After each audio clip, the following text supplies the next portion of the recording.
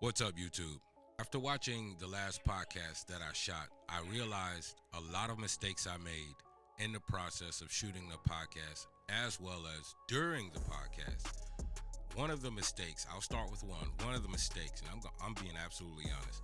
I interrupted the guest. After asking a question, I interrupted him without letting him fully explain what he was saying.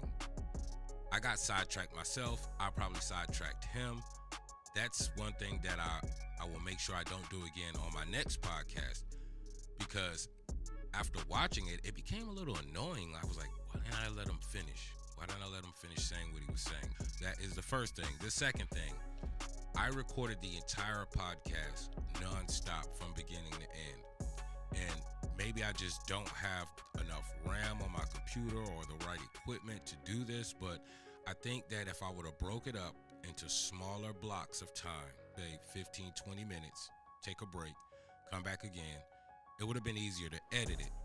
But once you're going, you're going. You don't think about stopping because the conversation gets so good. That is another thing. First thing is not interrupt my guest as much.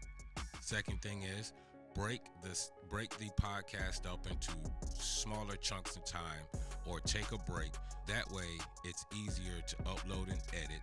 Those are the first two things. The third thing was I did not focus my close-up camera for my guest. I set it up, and I remember setting it up, but I didn't make sure that it was focused, and it looked a little fuzzy when I got the footage back and started editing, and I was thinking to myself, I can't use it. I should have focused in. The thing is, I use my phone more than my camera, so I have to get more familiar with using that camera and getting the settings right.